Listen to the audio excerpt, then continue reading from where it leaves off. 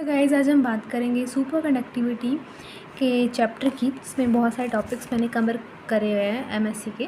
Super conductivity क्या होती है? तो मैंने लिखा है कि at very very low temperature many metals alloys and certain chemical compound lose their resistance totally, that is they allow current to pass freely and this phenomena is called super conductivity. यानी कि super conductivity क्या होती है? जब आपके पास temperature बहुत ज़्यादा कम हो जाता है, बहुत ही ज़्यादा कम हो जाता है आपका टेम्परेचर, तो उस टाइम बहुत सारे मेटल्स अलॉयज और केमिकल कंपाउंड्स जो होते हैं वो अपनी रेजिस्टेंस को खो देते हैं।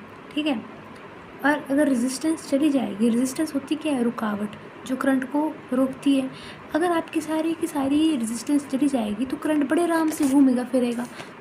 तो उस फिनोमेना को हम बोलते हैं सुपर कंडक्टिविटी। उसमें जो आपका कंडक्टर जो होता है ना, अगर कंडक्टर में से आपकी रेजिस्टेंस कभी भी गायब हो जाती है, उसको हम सुपर कंडक्टर बोलते हैं। और सुपर कंडक्टर जो होता है उसके पास बहुत सारा करंट होता है। ठीक है, अब हम बात करेंगे मीजनर्स इफेक्ट का। तो लिखा है मीजनर्स इफेक्ट जो है वो डिस्कवर किसने किया था?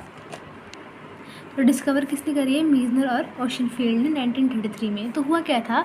The super conductivity was discovered by M.K. Onnes, जो फादर सुपर कंडक्टिविटी के। When he makes the temperature of mercury 4.2 kelvin, then he saw that resistance of mercury completely vanishes. जो M.K. ओन्स हैं वो father है super conductivity के। तो उन्होंने जब क्या करा था, मर्करी को उन्होंने ठंडा करने के लिए रख दिया था। मतलब जब मर्करी का टेम्परेचर लो कर रहे थे तो लो कैसे होगा? ठंडा करने के लिए रख दिया था। अब जब मर्करी का टेम्परेचर उन्होंने लो करने के लिए रख दिया तो उसमें क्या हुआ? उन्होंने देखा लो कितना किया? 4.2 केल्विन। ठीक है, जो उन्होंने वहाँ पे देखा कि जो रेजिस्टेंस है वो बिल्कुल ही ख़त्म होगी मरकरी की। तो रेजिस्टेंस ख़त्म होगी यानी कि करंट बहुत ही गंदे तरीके से शार्प फ्लो करने लग पड़ेगा, और इतना इसका मतलब ये होगा कि वो सुपर कंडक्टर बन गया। एंड व्हेन इन 1933, एक सेकेंड, जब 1933 में मिजर और ओशनफील्ड ने रिसर्च की थी सुपर कंडक्टर के ऊपर, तो उन्होंने कुछ और भी चीज़ ऑब्जर्व करी थी। उस चीज़ को उन्होंने नाम दिया था मिजनर्स इफेक्ट। तो आगे हम पढ़ेंगे क्या होता है। ठीक है, यहाँ पे हम देखेंगे कि how super conductor show perfect magnetism by the effect. सबसे पहले हम एक बार पढ़ लेते हैं क्रिटिकल टेम्परेचर क्या होता है। क्रिटिकल टेम्परेचर वो होता है the temperature in which resistance suddenly fall to zero. Resistance कौन से टेम्परेचर में तुम्हारे पास ज़ीरो हो गई तो वो होता है क्रिटिकल टेम्परेचर। तो 4.2 केल्विन टेम्परेचर था, नहीं क्रिटिकल टेम्परेचर था मरकरी का। ठीक है, तो substance loses its resistance completely, उसको बोलते हैं क्रिटिकल टेम्परेचर। तो ये क्या था आपके पास? इस तरह से आपके पास डायग्राम थी ये कि नॉर्मल सुपर कंडक्टर जाली जाली बनाई, नॉर्मल सुपर कंडक्टर है, इसके ऊपर मैग्नेटिक फील्ड लाइन्स हैं, कूल करा तो मैग्नेटिक फील्ड लाइन्स जो है वो एक्सपेल हो गई। तो यहाँ पे लिखते हैं, क्या लिखा है कि a substance in a normal state means its temperature more than critical temperature. जब कोई टेम्परेचर, इस डायग्राम के द्वारा समझते हैं आपके पास ये चीज़ जो है ये क्या है कि आपका जो सब्सटेंस है वो नॉर्मल स्टेट में उसका टेम्परेचर जो क्रिटिकल टेम्परेचर से ज़्यादा है। क्रिटिकल टेम्परेचर मैंने आपको बताया कि ज़ीरो रेजिस्टेंस वाला टेम्परेचर होता है कि कौन से टेम्परेचर पे हमारे पास जो हमारा नॉर्मल कंडक्टर है वो हमारा जो कंडक्टर है वो अपनी क्या लूज़ कर देता है, रेजिस्टेंस को लूज़ कर देता है, तो उसको बोलते हैं super conductor.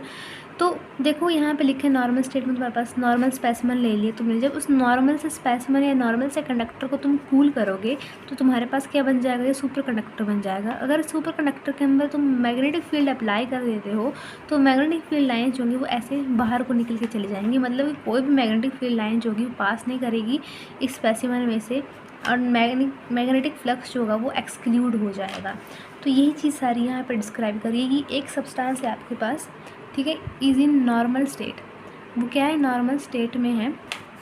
And it means इस temperature more than critical temperature.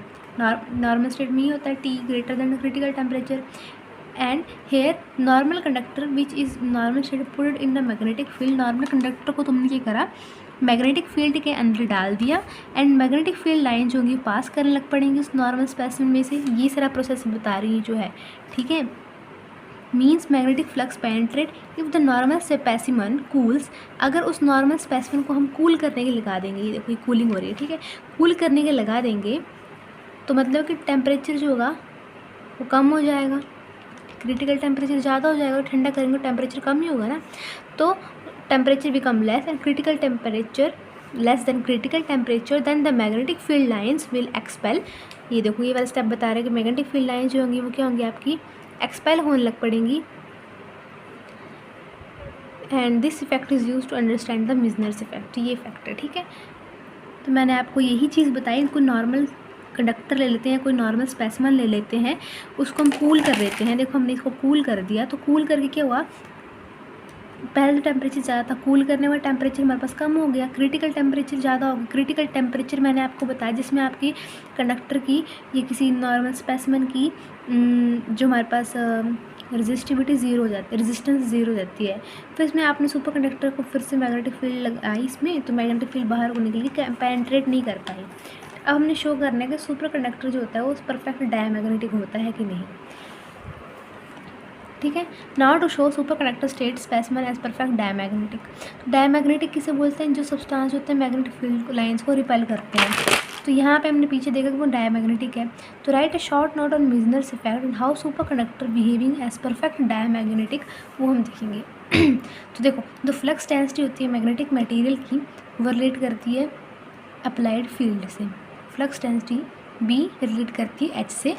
सो जब मैग्नेटिक फील्ड लाइन जो होंगी वो ज़ीरो हो जाएंगी, यानी कि जब आपका क्रिटिकल टेम्परेचर ज़्यादा हो जाएगा टेम्परेचर से, तो क्या होगा आपके पास, ये जो आपके पास बी है वो किसके बराबर आ जाएगा, mu naught H plus M. ये बहुत इंपॉर्टेंट रिलेशन है मैग्नेटिक फील्ड का और flux sorry applied magnetic flux का और अप्लाइड इलेक्ट्रिक फील्ड का। ठीक है, यहाँ पे आपके पास एम मैग्नेटिज्म है, एच क्या है आपके पास मैग्नेटिक फील्ड की स्ट्रेंथ है, और बी क्या है आपके पास अप्लाइड मैग्नेटिक फील्ड है। तो मिजनर्स इफेक्ट के अकॉर्डिंग जब हमारे पास टेम्परेचर जो होगा वो कम हो जाएगा और क्रिटिकल टेम्परेचर ज़्यादा हो जाएगा, यानी कि B is equals to zero हो जाएगा। B is equals to zero क्यों कर रहे हैं हमने देखना कि डायमैग्नेटिक है कि नहीं है। ठीक है, जब मैग्नेटिक फील्ड लाइन्स ज़ीरो हो जाएंगी, यानी कि ये वाली कंडीशन दिखा रहे हैं हम, ये वाली, तब क्या होगा, यहाँ पे ज़ीरो पुट कर दो तो हमारे पास क्या जाएगा, H is equals to minus M आ जाएगा। और मैग्नेटिक सस्पेक्टिबिलिटी क्या कहती है, वो होती है एम ओवर एच। तो एम ओवर एच की वैल्यू क्या है, माइनस एम यहाँ लिख दे माइनस वन। सस्पेक्टिबिलिटी किसकी कितनी आएगी, -1 आ जाएगी। तो यहाँ पे हमेशा नेगेटिव होती है सस्पेक्टिबिलिटी आपकी, and it behave as diamagnetic material. यहाँ पे मैंने कंक्लूजन लिखा है कि अगर आपका superconductor is cooled in a magnetic field down to critical temperature, the magnetic field lines are pushed out of the body of superconductor is known as Meissner's effect flux exclusion. तो यही था सारा आपके पास। Thank you so much.